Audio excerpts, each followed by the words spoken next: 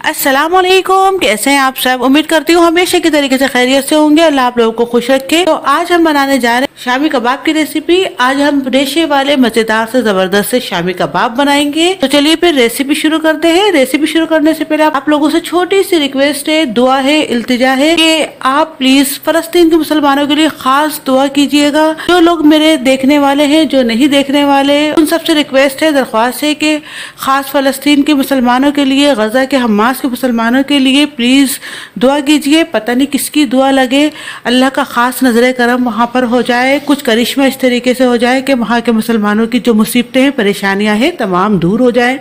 आमीन। तो चलिए फिर देरी नहीं करते, फटाफट से रेसिपी शुरू करते हैं। देखते हैं शामी कबाब बनाने के लिए हमें किन किन चीजों की जरूरत पड़ेगी। बिस्मिल्लाहिर्रहमानिर्रहीम।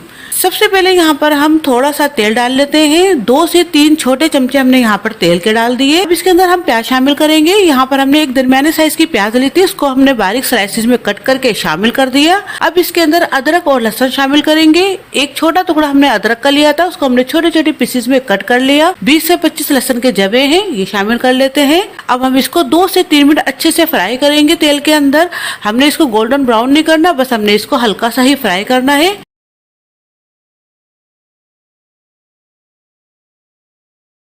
2 मिनट इसको हमने अच्छे से फ्राई कर लिया। अब इसके अंदर हम गोश्त शामिल करेंगे। यहाँ पर हमने आधा किलो गोश्त लिया है और ग्राम में देखें तो 500 ग्राम हमारा ये गोश्त है। हमने इस वक्त जो गोश्त लिया है वो बीफ का लिया है। आप चाहें तो मटन या चिकन का गोश्त भी ले सकते हैं, आपकी अपनी मर्जी है। अब हम गोश्त को अच्छे से भूनेंगे। हमने इसको इतना भूनना है कि ये पिंक से व्हाइट की तरफ आ जाए। 2 से 3 मिनट में ये अच्छे से भून जाएगा। 2 मिनट इसको हमने हाई गैस पर रखकर अच्छे से भून लिया। आप देख सकते हैं गोश्त पिंक से व्हाइट की तरफ आ चुका है। अब इसके अंदर शामिल करेंगे हम गरम मसाले। गरम मसालों से ही जो शामी कबाब है उनका फ्लेवर जबरदस्त आता है, इसलिए आप गरम मसाले जरूर से शामिल कीजिएगा। यहाँ पर हमने 20 से 25 काली मिर्च ली है, 10 से 12 लौंग है, 3 बड़ी इलायची है, 4 से 5 छोटे टुकड़े यहाँ पर हमने दालचीनी के लिए हैं। आप देख सकते हैं कितने छोटे छोटे टुकड़े हैं।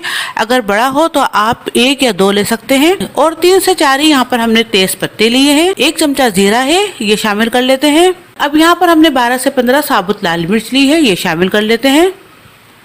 1 चमचा यहाँ पर हम नमक का शामिल कर रहे हैं और आधा छोटा चमचा यहाँ पर हम हल्दी पाउडर शामिल कर रहे हैं।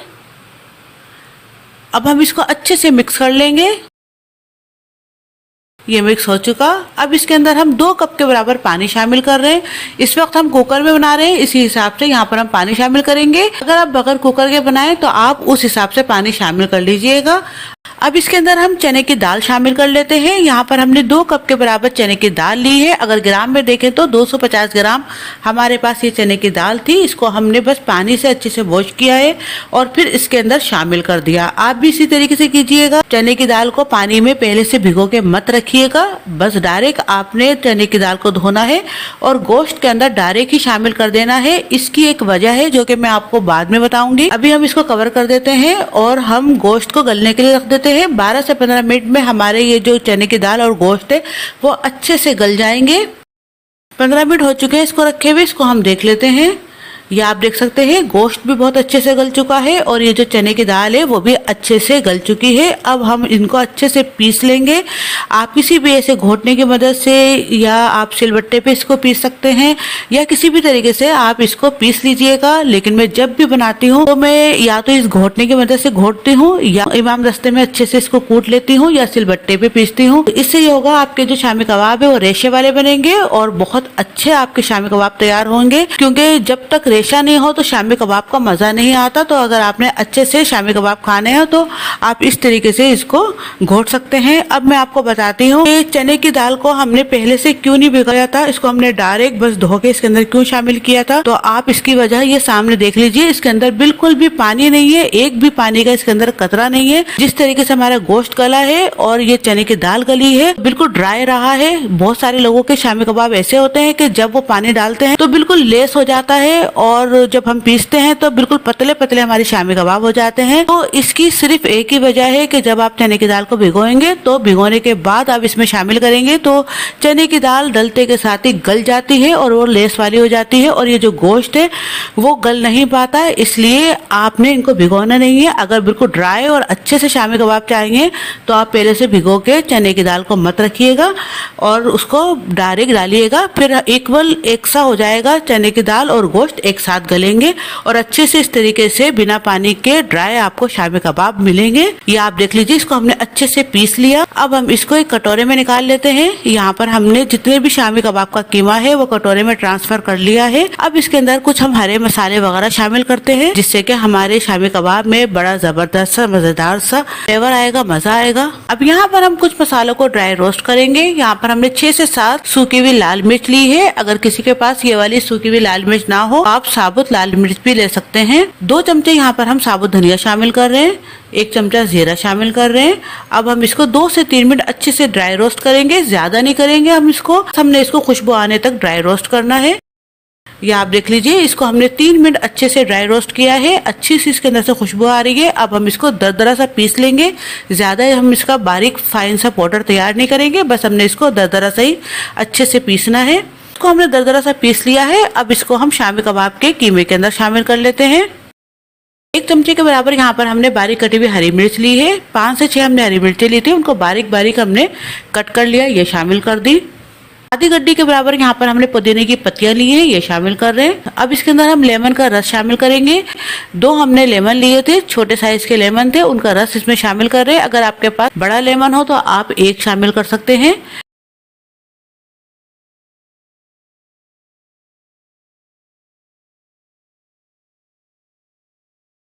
यहाँ पर हमने लेमन का रस इसके अंदर शामिल कर दिया है। अब इसके अंदर हम अंडा शामिल कर लेते हैं। अब हम इसको बहुत अच्छे से मिक्स कर लेंगे।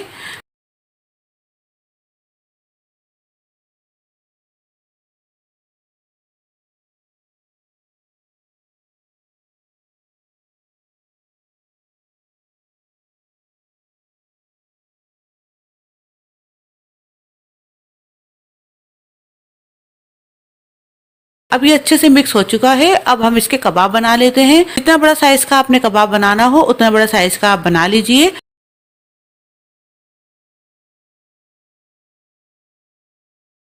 ये आप देख लीजिए, हमारा एक कबाब तैयार हो चुका है। इस तरीके से जितने भी हम तमाम तैयार कर लेंगे। ये तमाम कबाब अच्छे से तैयार हो चुके हैं। अब इनको हम फ्राई करने के लिए चलते हैं। यहाँ पर हमने तवे के ऊपर तेल डाल दिया है। अब हम एक एक करके इसके ऊपर रखते रहेंगे।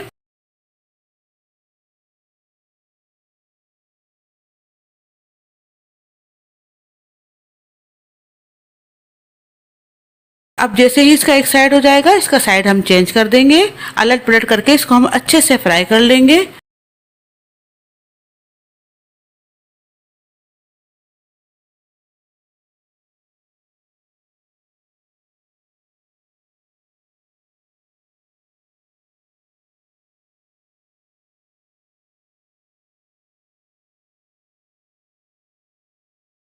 ये तमाम कबाब हमारे अच्छे से फ्राई हो चुके हैं। तो देखा आपने कितने मजेदार से जबरदस्त से हमारे ये शामी कबाब बनके तैयार हुए हैं। आप भी इनको इसी तरीके से तैयार कीजिए। और अगर रेसिपी आपको अच्छी लगे तो प्लीज लाइक शेयर सब्सक्राइब करना बिल्कुल भी मत भूलिएगा। और इसके साथ ही इजाजत दीजिए और दुआ में याद रखिएगा उन मुसलमानों को जो कि फलस्तीन के मुसलमान है, गजा के हमास के मुसलमान है, जो कि बेहद परेशान है, मुसीबत में मुब्तला है। अल्लाह उनकी तमाम परेशानियों को, मुसीबतों को दूर करे और खास अपना नजर करम करे। तो ये दुआ आप लाजमी से कीजिएगा। मालूम नहीं किसकी दुआ लगे और अल्लाह का कुछ ऐसा करिश्मा हो जाए कि वहाँ के मुसलमानों को उस परेशानी से, मुसीबत से राहत मिल जाए। तो इजाजत दीजिए। अल्लाह हाफिज।